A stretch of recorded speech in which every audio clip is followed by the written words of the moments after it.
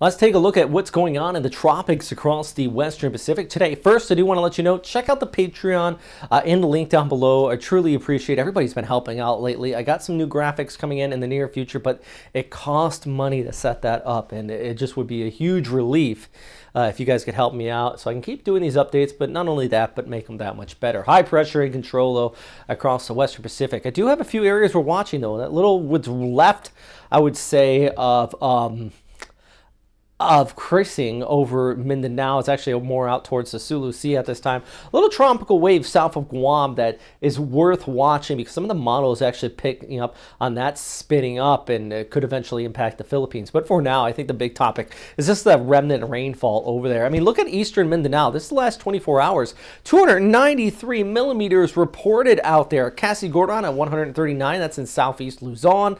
You got a few areas that are just kicking up the precip. Even off towards Samar, Leyte, you got some areas here well over 90 millimeters. That's all thanks to that onshore flow. But if we look ahead to the next 3 days, this does taper off a bit. No areas left in red, so that means no additional 100 millimeters plus type precipitation. Still some of the mountainous terrains. I mean, this shows about 50 to 100 millimeters out there. And also you got that onshore flow back towards Leyte that could add up some of those numbers. But I think the overall, yeah, it's been flooding the last few days. We've been having heavy rainfall with this tropical area combined with creasing, that tropical depression, combined with the intertropical convergence zone, just been bringing plenty of rain. All right, I know I let this loop a few times before I mentioned it. This is the GFS long range model. Now, here's the key thing, and I say this quite often, you want to take away from the GFS long range. Over 300 hours, you take it with a grain of salt. But one thing I do see is when we get back-to-back model runs of the GFS, even in the long range being aggressive, you have to kind of raise an eyebrow and go, okay, we're going to keep an eye on this. Because few model runs, the GFS has been consistent on developing something. But yeah, you're looking at this and you're saying, oh, wow, look at Luzon. But here's the deal. The GFS has not been consistent on where it wants to develop something or where it would take it. This is what I like using this. We call it the SpaghettiOs, right? Got these circles, which you want to see if you want a accurate forecast, or at least not an accurate, but a confident forecast from a model, is you want to see these circles on top of each other. Right now, look at these red circles. They're all over the place. You only want to see one or two of these basically stacked on top of each other, because each one of these red circles shows you what the model is saying in its ensemble. Because when you get a GFS model, you get basically, it runs 100 times and averages it all together. There's all your different runs. It's all over the place. So this tells me the model doesn't have a lot of confidence on where exactly it wants to spin something up, but it does tell me it wants to spin something up out here in the tropics in the next 2 weeks before May 27th.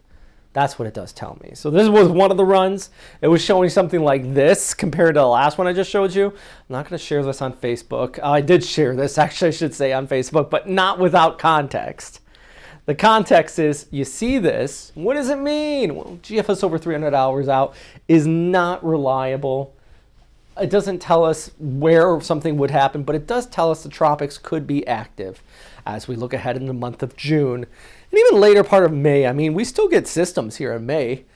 Since 1948, we've had 69 tropical systems. Actually, I should say 70s with creasing now. This data was updated at the beginning of the month that have entered the PAR. 32 have made landfall. So, and creasing, even though it was a tropical depression, still technically counts as a tropical system going into the Philippine area responsibility. One thing I do want to know, if we do get a system that does spin up, as we look ahead in the latter part of May into June, what will happen is we get a low that pulls off towards the north.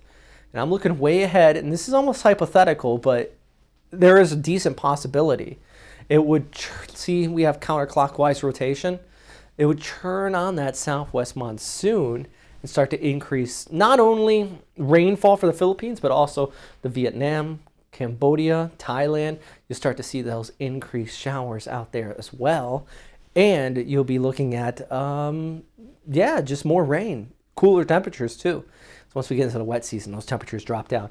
thanks to that increase in cloud cover. But it could be, you know, 25th through the 5th. It all depends on if we get a tropical system and if it does help churn on those northwesterly winds. So here's the main points. Yeah, I just kind of tipped on there and came back. I don't like standing in front of this graphic because this is all a reading one.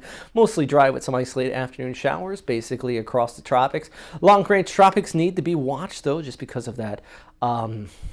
Yeah, that next area, the model GFS specifically being aggressive, and the rainy season arrives in a few weeks. Like I said, check out that Patreon on the link down below.